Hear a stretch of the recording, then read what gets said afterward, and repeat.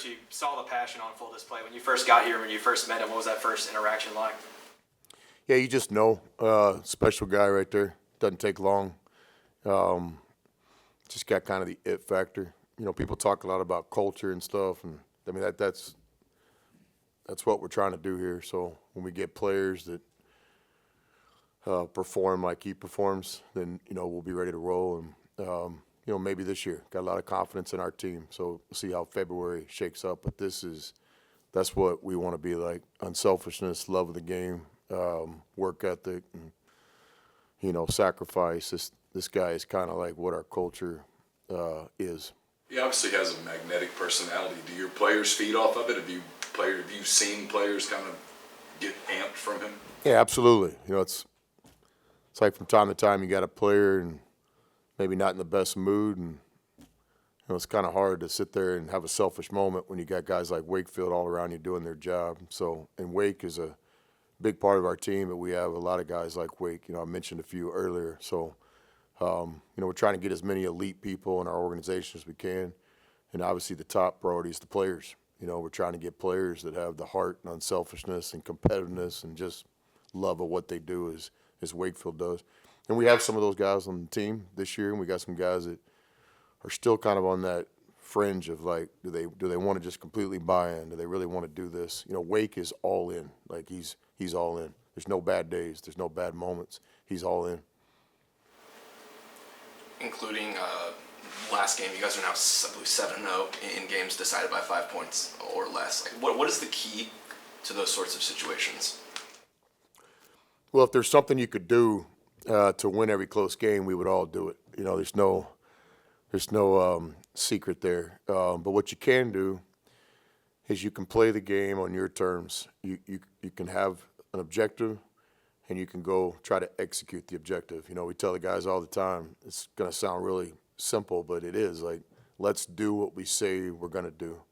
So, certainly in the games, we want to take care of the ball. We want to understand our defensive assignments. We want to execute. And so I do think this year's team, going all the way back to the non-conference, where we all sat in here in some of those November games, and we finished games for the most part the way we'd like to. The winning and losing, you can't always control that, but you can control, what you do in those big moments at the end of games. And I think our players have done a good job, trying their best to do that.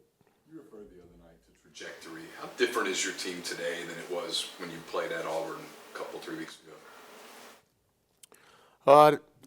I think we're a better team, but I think Auburn's better too. I think, February to me is the biggest month in college basketball. We all think about March and March Madness, but your February opens up the door for you to be a part of that, or sometimes closes that door, or sometimes leaves a little bit of crack. So February's, this is the deal, So we've got 7 games this month, and we just have to try to continue to get better and play our best basketball when it matters most. We're about to make the turn in the 18-round fight of the SEC, and but February's a big month. I think there's some teams out there that have a chance. There's some teams that are probably going in the other direction. Everybody's motivation is different this time of year. So one of our many objectives is to always give ourselves a chance. Don't beat ourselves. And so certainly that starts with your locker room and where guys are mentally this time of year. And obviously with the basketball, we want to just continue getting better. February, you're hitting that part of the schedule where you kind of get those repeat opponents the second time around. What's your approach and preparation when you start playing those teams for a second time? Yeah, I think from a coaching standpoint, obviously you take a look at the first time you played somebody, the things that went your way, the things that didn't go your way. Look a little bit about the strategy of what the other team was trying to do or not do against you. And so that's a part of the game plan. I don't know, maybe 25% is that. And then you project, how's that team playing lately? How are we playing lately? But yeah, no doubt about it, that's kind of where, to me personally, the preparation starts is by taking a look, at the last time you played each other. Questions for Coach? You've done this a long time. Obviously, I'm sure you've been asked about home and away, and my team plays so much better at home than it does away. But your team, at least in league play, it's pretty marked. guys play a lot better at home than you have away from home in a pretty short sample, but any big theories as to why that is? Well, I'd first say that we have played some good road games. The still that was going on last week, Ole Miss's first road win. We were in Philadelphia. We played a Temple team, and then we went down and played a really good Big 12 team. That I think I predicted at the time was going to be competitive in the Big 12, and they have been, Central Florida. So, we had some success in the first semester.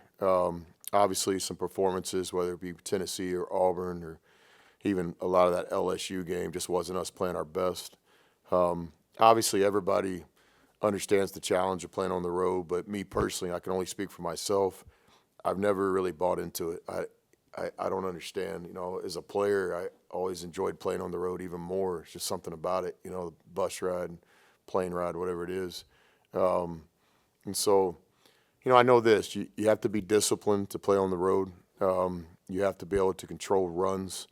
This league is a great league to play in. It's a lot of fun because there's great venues and great fan bases. It gets really loud when you're playing on the road, so you have to have an ability to communicate as a team, both coaches to players, players to players, players to coaches. But me personally, I've never really bought into it. I know this: the best teams I've ever coached, we play on the road like we do at home. And I know a lot of people just disagree with that completely. When I was a junior high football player, I'll never forget our coach told us one time, we got these games coming up and we've got to protect our home field and we got to split on the road. And I didn't agree with that. It was the first time I'd ever heard that as a 12-year-old, like split on the road. Are we talking about losing on the road? Like, why are we thinking that way? And I didn't verbalize my thoughts like I should have and paid a price for that. But the thought still remains today, years and years later. Like, I don't buy into it. Like, it's a 40-minute game. I really don't believe that the officials care who wins. I really believe that. They don't care who wins. They're just doing a job. And, you're just out there playing the game. So, what changes is distractions and things like this. But when you start talking about really good players and really good teams, there are no distractions. You just go play the game. What position did you play in junior high football? Junior high football, defensive back, offense, kind of a slot, not quite a tight end, not quite the wide receiver. Shout out to the Crockett Junior High Cougars. We won a bunch of games. We had some really good players, Chubby, Ashton. Yeah, it was pretty simple. That's back when I learned the lessons of sports. You just give the ball to the best player and don't beat yourself. And a lot of lessons back at Crockett Junior High. All right. Thanks, Phil. Anything else for Wakefield? We got to get back to work here. A lot of distractions yesterday. Players couldn't get in the practice facility because there's so much media out there looking for Wakefield yesterday.